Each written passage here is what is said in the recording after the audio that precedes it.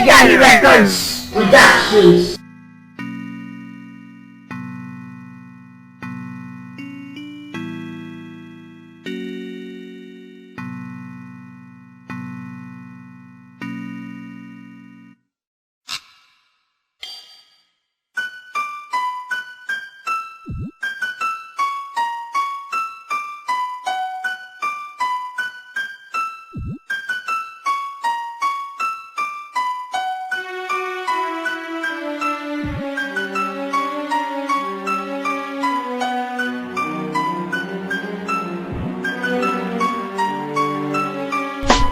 Ako na ata ang tunay na makata, pinupuri ng iba, nag-iisang bumibira.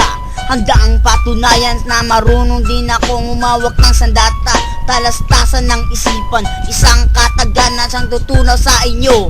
Mga letra ko, sinlawak ng kwadreto, ipapakita ko lupit ng aking alpabeto.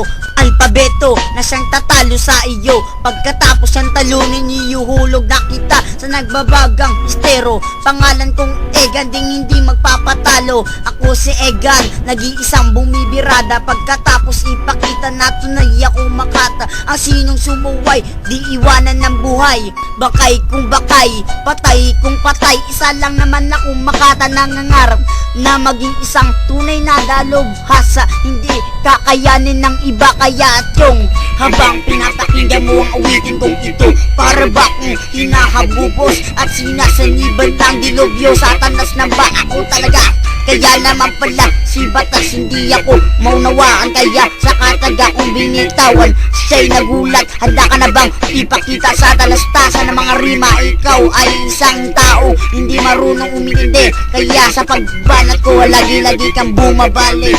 Andito pa rin ako tuloy sa pag-atake, hindi matratrans speech, parang isang speech ni Ghost de la Pitch, like a break, like a judge speech. Kaya hanggang ngayon, andam mo pa rin ipaunawa sa akin kung sino nga ba talaga sa ating dalawa ang mas tunay nakakalawangin sa mga kataga pinag-isipan ko. Mga rima kong dumuduro sa iyo, para ka lang isa dilubyo kapag sa akin bumanat. Mga letra kong hinigat at dumuduro na mga pamagat, kaya hanggang ngayon talata at ang kintula, sintibay pa ng estero.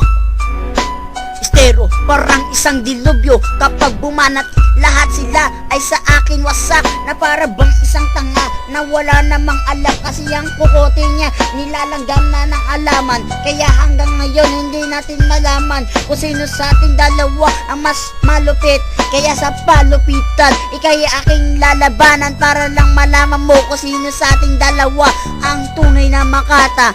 Kada kataga na aking pinapamulata, Egan Twerpya, dapat mong igalang na para bang isang kritikong ito. Dudurugin ko ang iyong mga buto, lalagitan ka ng hininga, pagkatapos patayin. Papatayin kita at itatapon, pagkatapos itapon, ipapasalvage kita sa anak ng puta. Kaya akala mo kung sino ka, hinamon mo ako, akala mo kung sino ka. Ngayon papakita ko sa iyo lupit ng banat ko. Galit na ako, hindi ako nanloloko. Ang kapal ng mukha kahit si Batas, magsama man kayo, ako ang lulutas ng batas na pinagmamayabang nyo. Anak kayo ng kokote, hinamon nyo pa ako, kilala nyo pa ba ang inyong kinakabangga?